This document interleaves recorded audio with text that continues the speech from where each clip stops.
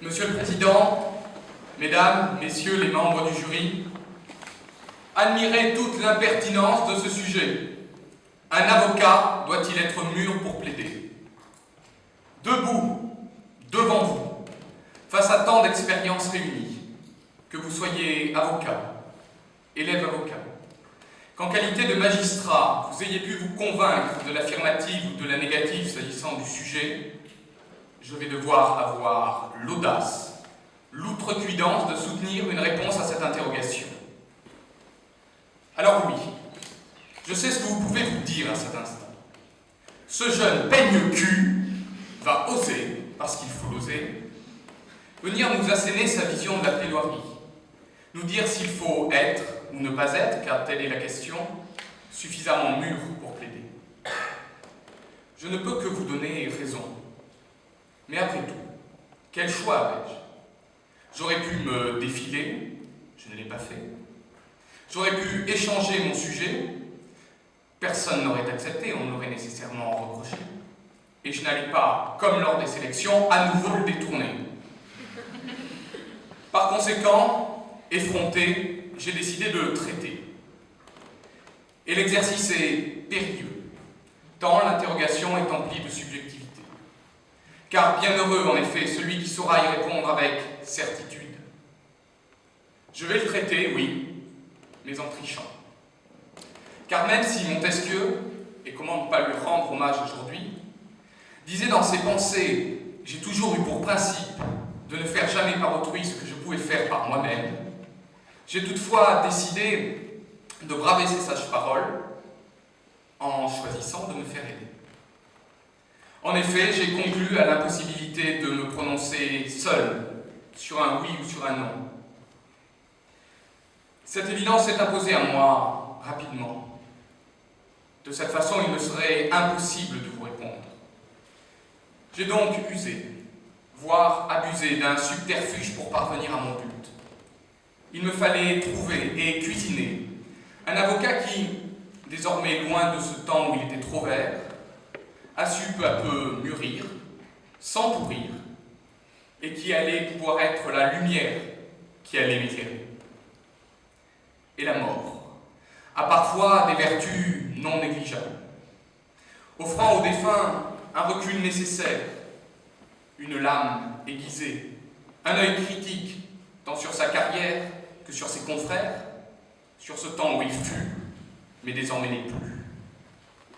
Cavalant outre-tombe, un seul pouvait répondre à cette invitation au voyage. Celui qui a défendu Carlos, Milosevic, Ibrahim Abdallah, aurait plaidé Gbagbo si sur le lit de mort de Voltaire il n'avait trépassé. Celui qui a choisi de tout défendre, de tout plaider, qui avec brio a su voir les accusations renversées. De Haddad à Pol Pot, il m'a tout raconté, son passé, son vécu et sa notoriété. Et de son expérience et ses critiques avisées, j'ai pu enfin écrire mon sujet. Il est passé à confesse, Maître Jacques Vergès. Rendez-vous me fut donc donné, cimetière du Père-Lachaise, où il tenait encore caveau. M'invitant à m'asseoir, je lui posa cette fameuse question. Un avocat doit-il être mûr pour plaider? Sur le ton de la confidence, il me mit tout de suite en garde. Mon garçon, me dit-il, si la plaidoirie est un exercice à la portée de tous, bien plaider, en revanche, est un art qui requiert de l'habileté. Interloqué, je l'interroge sur le fait de savoir si l'habileté est l'apanage de l'avocat mûr. Prenant quelques instants, il me fit part de son point de vue. Lorsqu'il débute, le jeune avocat frémit et tremble. On sent qu'il n'est pas fait. Sa robe est encore fraîche. Il balbutie. Il hésite. Madame le Président, j'interviens aujourd'hui dans les intérêts de Monsieur Mancé. Massé. Non, pardonnez-moi, Monsieur Messier. La voix tremblante. Il cherche encore ses mots. Il tient encore ses notes. Je lui rétorque immédiatement qu'à mon sens, pour autant qu'il ne soit pas encore fait, le jeune avocat est ferme. enivré par ces premiers instants qu'il veut inoubliables.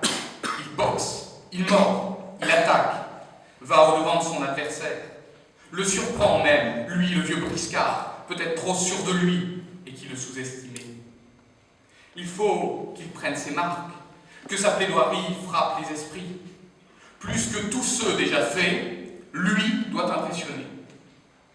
Il doit se faire connaître, se faire remarquer,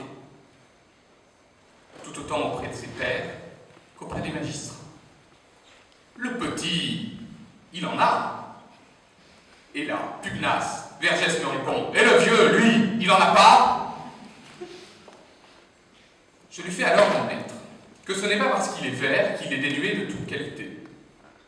Toutefois, lui m'affirme que mûrir, c'est évoluer.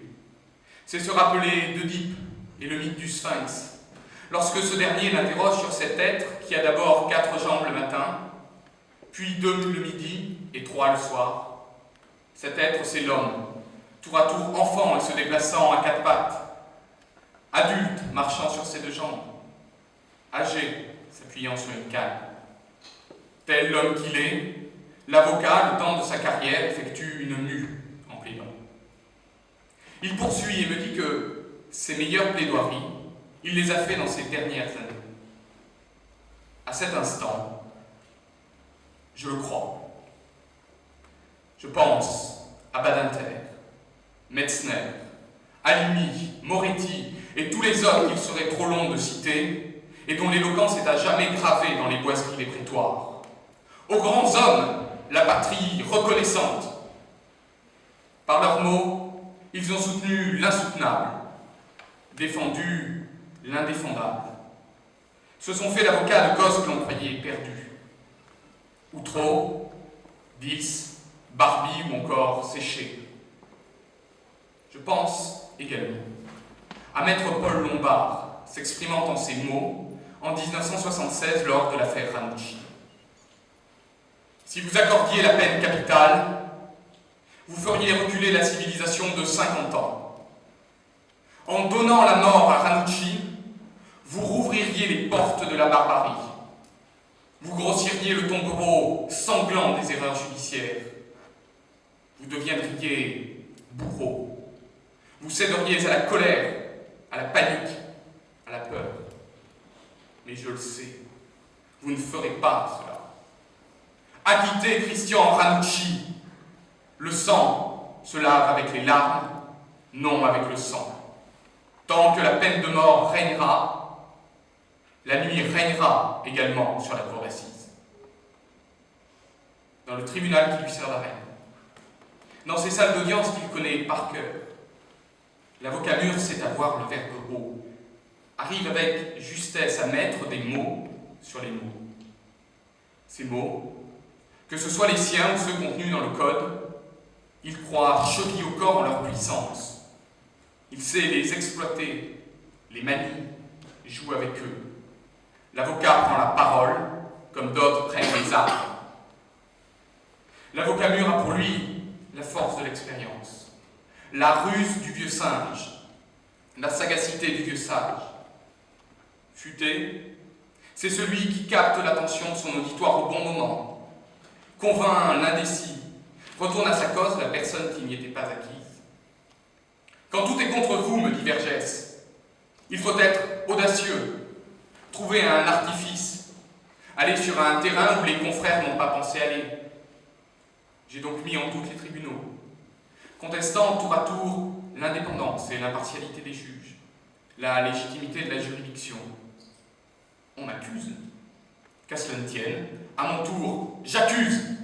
Je gagne du temps. Toutefois, malgré son expérience, son autorité, sa prestance, il ne faut pas se méprendre. Même mûr, rien n'est jamais gagné d'avance pour l'avocat. Aussi, lorsqu'il plaide aux assises, à quelques minutes de prendre la parole, son ventre se noue. Le stress l'envahit. Il tourne et vire sur les marches du palais de justice, dans la salle des pas perdus. Il va falloir être bon, convaincant, tout donner, même si par habitude il sait n'être jamais totalement satisfait. Tout au long de sa carrière, l'avocat plaide et chute. Mais il sait que refaire et refaire, c'est toujours avancer, progresser. Simone de Beauvoir disait « On ne naît pas femme, on le devient ». L'avocat, lui non plus, ne naît jamais plaideur. Prévenant, c'est à cet instant que le vieux Jacques m'interrompt. Mûr, certes, doit-il l'être, mais il ne faut pas qu'il le soit trop. Il serait alors gâteux. Sa robe serait plus flasque, sa chair moins ferme, son noyau ramolli. Il faut savoir s'arrêter à temps pour ne pas risquer de finir en compote. À mon tour, je réplique, et si le verre est dans le fruit? Il me répond, alors il est fini. Qu'il soit en fin de carrière ou dans ses jeunes années, l'avocat peut parfois franchir la ligne jaune, faire un pas de côté. Il trafique, il détourne, on le soudoie, le corrompt, le suborne. La tentation est parfois grande, et l'homme qu'il est n'est pas infaillible. Alors, son serment s'envole. Par l'attitude qui a été la sienne, il n'est plus aucune dignité. Sa conscience professionnelle, évadée. Indépendant, il ne l'est plus. Moralement, il a rompu tout lien avec l'idée de probité.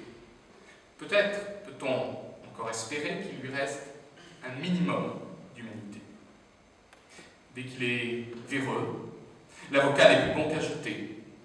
Il a perdu toute sa saveur. Lui qui avait pourtant si bon goût, il s'est dénaturé. Il laisse derrière lui son aura, sa superbe, et quelles que soient les raisons de son naufrage, les gens ne retiendront que de lui le ripou qu'il était. Appâté par le fric, il ne vaut plus un sou. En brûlant la chandelle par les deux bouts, il a fini cramé. Il y laisse ses plumes. Le masque tombe. Adieu, veau, vache, cochon, couvé. Il est radié, condamné. Vergès, lui, l'a-t-il été? Voilà bien la seule chose qu'il ne m'aura pas dite. Mais ton ami Dumas, là, il y a trempé, dis-je. Tout le monde sait que sous Mitterrand, Badinter était là pour le droit, le tordu, c'était Dumas. Furieux, il m'envoie. Dis donc, petit insolent, qu'est-ce que tu veux dire? Si tu penses aux frégates de Taïwan et à l'affaire Elf, il a été relaxé. C'était un confrère et mon ami. Je ne permettrai pas que son nom soit sali.